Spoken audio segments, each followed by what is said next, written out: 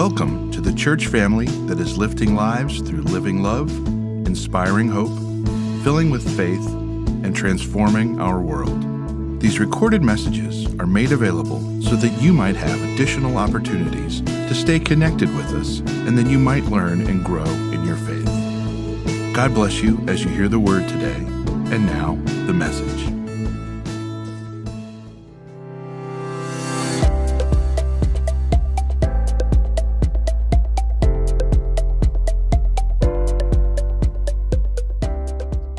The scripture this morning is from the book of Exodus, chapter 17, verses 8 through 13. The Amalekites came and attacked the Israelites at Rephidim. Moses said to Joshua, "Choose some of our men and go out to fight the Amalekites. Tomorrow I will stand on top of the hill with the staff of God in my hands." So Joshua fought the Amalekites as Moses had ordered, and Moses, Aaron, and Hur went to the top of the hill. As long as Moses held up his hands, the Israelites were winning. But whenever he lowered his hands, the Amalekites were winning. When Moses' hands grew tired, they took a stone and put it under him, and he sat on it. Aaron and Hur held his hands up, one on one side, one on the other, so that his hands remained steady till sunset. So Joshua overcame the Amalekite army with the sword. Then the Lord said to Moses, "Write this on a scroll as something to be remembered, and make sure that Joshua hears it, because I will completely blot out the name of Amalek from under heaven." Moses built an altar and called it "The Lord is my banner." He said, "Because hands were lifted up against the throne of the Lord will be at war against the Amalekites from generation to generation." May the Lord bless the reading and the hearing of his word. Our summer sermon series is called Summer of Service. So what comes to mind when you think of the word service? Do you think of someone who's served our country? Are you thinking of a religious service maybe, recalling the ways that you've been of service? Or maybe thinking of someone who's served you well? Well, the Oxford Dictionary defines service as a noun. That means the action of helping or doing for someone. Some words that you might also substitute for service include kindness, grace, courtesy, mercy, and blessing. So each week in July, we're going to explore the lives of different servants from the Bible. As we uncover the essence of servanthood, we'll be challenged to embody the heart of service in our daily lives. We'll look at servants who promote others as we explore the story of John the Baptist and his continual pointing to the coming of the Messiah. Ruth stays with Naomi and gives, despite the probability that leaving Naomi, as Naomi has encouraged her to do, is a better option for her. Her story exemplifies the service of a caregiver who serves sacrificially. Barnabas consistently encouraged others. He was a man who saw something in others that they didn't see in themselves, and he nourished those gifts until they bore good fruit. We'll explore Barnabas' story through the book of Acts. And finally, we'll end the sermon series looking at the anonymous servant, the woman who breaks open her alabaster jar of expensive nard oil and lavishly anoints Jesus with this extravagant love shortly before his crucifixion and burial. She illustrates a generous giver. But today, we begin this series looking at those who support others, and mainly those who support their leaders, as we explore the story of Aaron and Hur. This duo worked tirelessly together to support Moses and bring victory to the Israelites. So first, let's break down the scripture that Linda just read with us, right? So what we do know is that Israel has been threatened with destruction. And in order for God's will to be done, he needs a trustworthy human that can lead his people, right? And they need an active community of defense and people literally willing to lend a hand. So what you have is a combination of these human energies coming together with the divine power. And if any one of these people are missing, then they fail, because one part has not been accomplished. And so the whole cause is lost at that point. And so it's truly a team effort. So let's take a moment and let's look at the characters that in the story here, the people who were involved. So if you look at Moses, Moses is the primary leader of Israelites in the Exodus from Egypt when they're leaving, right? And he is also the mediator of their law, and he is the one who leads them through their wandering in the wilderness. And so in addition to all that, now he has to lead these people to war. And so if we look at Aaron, what we know about Aaron is that he is Moses' older brother. He is a leader during Israel's early days, and he is the first of its high priest. So he has a very high leadership position. And we don't know a lot about her, but what we do know is that he is from the tribe of Judah, and he likely had a place of authority among the people because he is serving with Aaron and he is serving with Moses. So those are just some minor things we know about Aaron and Moses. But here's 2 things we can be certain of about Aaron and her. 1, Moses needed both of them. He needed both of them in order for him to be successful. They were his right-hand men. They were his top leaders. And he gave them authority to act on his behalf when he wasn't there. And we also know that they both had a calling and a purpose in God's plan. And in verse 12 today from our scripture, it said, when Moses' hands grew tired, they took a stone and put it under him, and he sat on it. Aaron and Hur held up his hands, one on one side, one on the other, so that his hands remained steady till sunset. Right? He would not have been successful without the 2 people holding up his arms, because what we know is that every time he held up the staff, when his hands went down, the Israelites were defeated.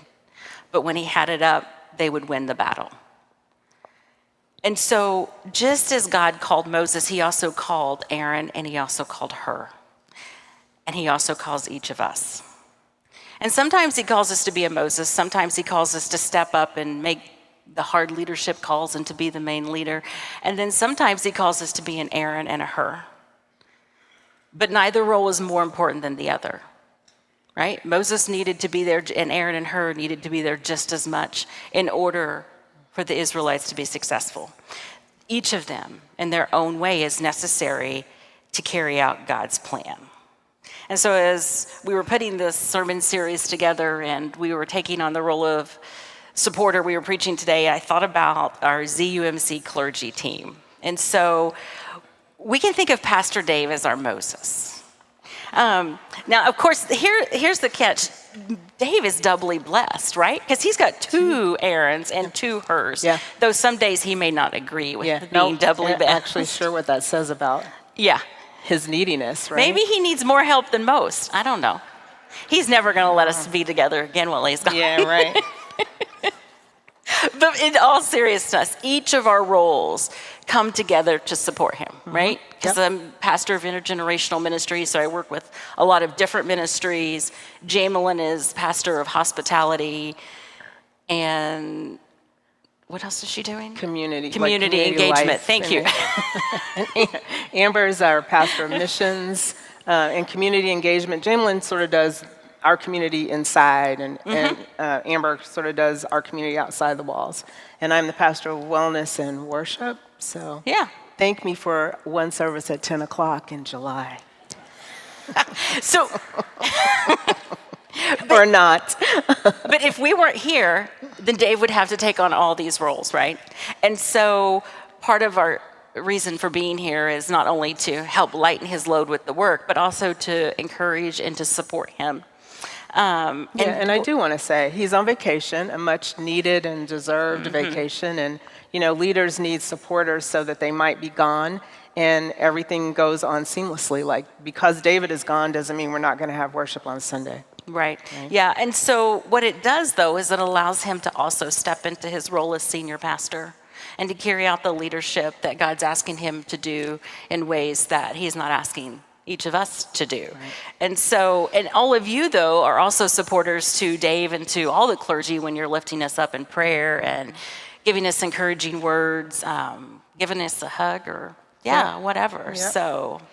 Yeah, over the past couple of weeks, as we were talking about this sermon, we talked about how each of us really prefers being in a supporting role, even though we've had a lead role before. We really enjoy the sort of behind the scenes supporting role, helping the senior leader get the things done that need to be done. And we remembered reading this like 20-year-old book called Leading from the Second Chair. Although there's not a lot of books that talk about what you do in that second position, but this is still a good book. Mike Bonham and Roger Patterson define a second chair leader or an associate pastor like us as a person who's in a subordinate role, whose influence with others adds value to the organization. So we're always trying to do that as we support Dave and this congregation, is to add and bring value.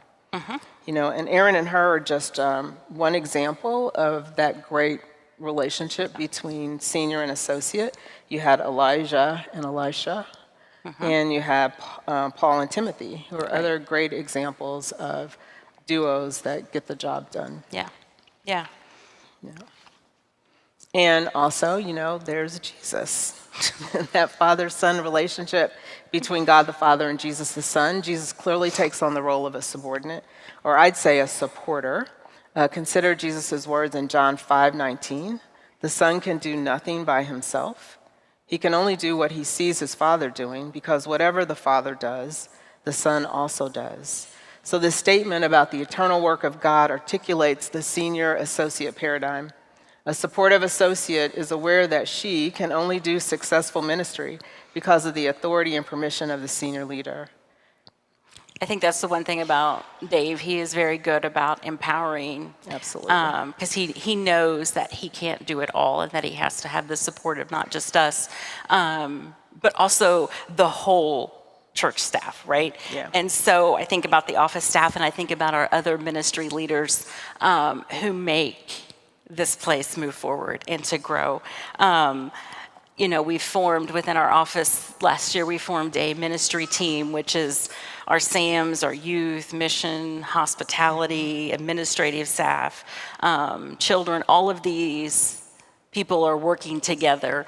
And then there's an administrative team. Dawn is our office manager, and Mike and John, who does communications. And if you just look at the slide, there's so many people that it takes to make ministry happen here and worship happen here, and that we're all working together, right? What happens is when we all start to work together as a team, nobody's burdened with getting it all done. Yeah. And we are able to use our gifts, and they're all very different. But that's the beauty of us coming together. We can come together and support and encourage one another. Not to mention, we just have a lot of fun in the office. We do. We have a great team. It's very chatty in our office. If you ever drop by during the week, it can be very chatty. Yeah. We've learned that we can't always write sermons there because it's kind of chatty. Yeah. But another way that people also serve is, I think about you guys, and how you're leading in our lay servants and our ministries. And then you think about those who are going out and doing missions. And this past week, Zach took 2 of our youth down to Indy for a mission trip. And we're going to invite them to come up and share a little bit about their experience and how their roles support. So Peyton and Gabby, if you could come up here and join us. So they went with an organization called Group, and the thing about Group is they travel throughout the summer, and they have multiple sites in multiple cities, and they have different youth groups that come in and out all summer to these sites during the weeks, and the youth continuously are serving the same population, and that way, well, one church is in, they're doing work, and then they leave, and another church comes in. And so this community is continually getting served and supported. And so we just wanted each of you to, I'm going to give you the mic here in a second, tell about just how you served this week, what your experience was. So, Peyton? I'll let Gabby go first. Wow.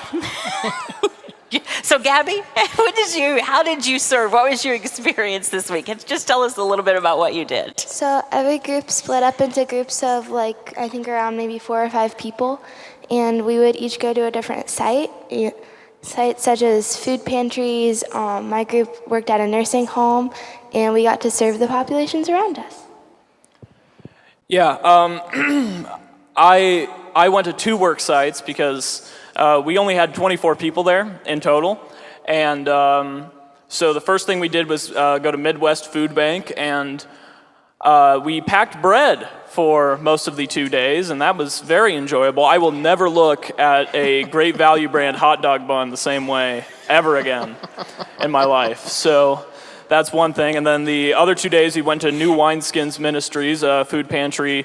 Actually, it's halfway between downtown Indianapolis and here, but fantastic place, wonderful people, and I was packing carts up in the back, being a good servant, while everyone else was talking to the others in the front, but it was a very good time, great time had by all, and I'm just glad I didn't get the hot mic first, because that would have been bad. Sorry, Gabby.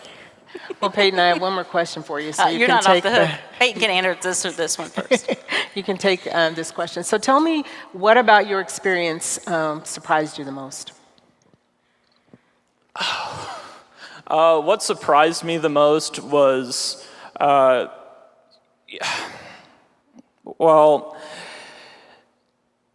there's a lot more need in the local community than you really think. And it's true that Indianapolis, some parts of it are good areas and some parts of it are bad areas, but the bad areas do need a lot of help, and a lot more help locally than I think that we could give more of. So, yeah. I feel like it surprised me how much the work was noticed. Like, we did things that were kind of surprising, like we washed windows and people would come up to us and say thank you and everything, and we didn't realize how much it actually made a difference doing something as small as that. You guys are awesome. Thank you so much for doing that, and please give them a... So if you think about the work that they did, they're supporting other people. And as Peyton said, there's a world out there that's in need. But if you think about the legacy here at Zionsville. They're following a great legacy of ZUMC members who serve in our community. There's just a few photos of you guys in service, but we're helping at Habitat and Barnes UMC, the Children's Home in Lebanon, Love Inc., Passsage, the Kids Closet, Family Promise, and not to mention the things we do right here. Like, pretty soon we'll be collecting materials for backpacks. You guys are volunteering as Stephen ministers and ushers and on the tech team and in the band. And so we need for you to keep doing that, and we need you to know how much, not just we appreciate it, but how much I know that God appreciates your service and your supporting of each other and the community. Yeah, I think as we said earlier, no one role is more important than the other role, right? Yep. I mean, when you're out serving, even though Peyton doesn't want to look at another hot dog bun, that was a very vitally important role to this community who needs food, right? Mm-hmm. Washing windows. Every way that you guys serve here in the church is supporting ministry happening here at Zionsville. And so this whole sermon series, you're going to ask to kind of have a challenge at the end. And so this week, we're going to ask you to find a way to support somebody else this week. How can you support somebody? Maybe it's somebody in leadership. Maybe it's finding someone to serve, right? Just lightening somebody's load.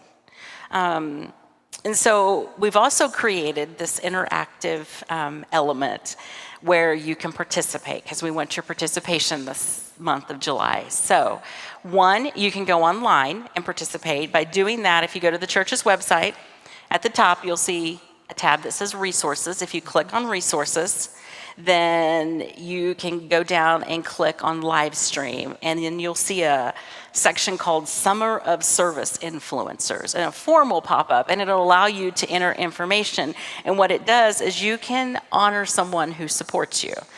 But if you came in and you noticed the board out there, the slats, the rolling slat board, it has a bunch of cards on it. Some people have started already, but you can write down. You don't even have to write down a name, but you can write down someone who has supported you and made a difference because of their support. And so you can honor them by writing their name on that card, or you can go online. So I think we're looking forward to this Yeah, we are. Summer of Service series, and just seeing all the different ways in which our church comes together and supports one another.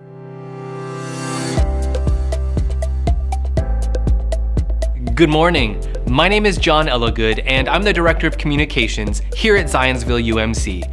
Thank you so much for joining us today. We would love to get to know you more and spend some time with you. If you'd like to know more about our faith community, please visit our church website at zumc.org. There, you'll find the many ministry opportunities we have to offer. If you need to contact one of our staff members, all of our contact information is at the bottom of each web page. You can also connect with us via social media throughout your week for daily inspiration and community. You'll find us on Facebook, Instagram, and YouTube under username Zionsville UMC. Once again, thank you for joining us this morning, and we hope that you have a wonderful week.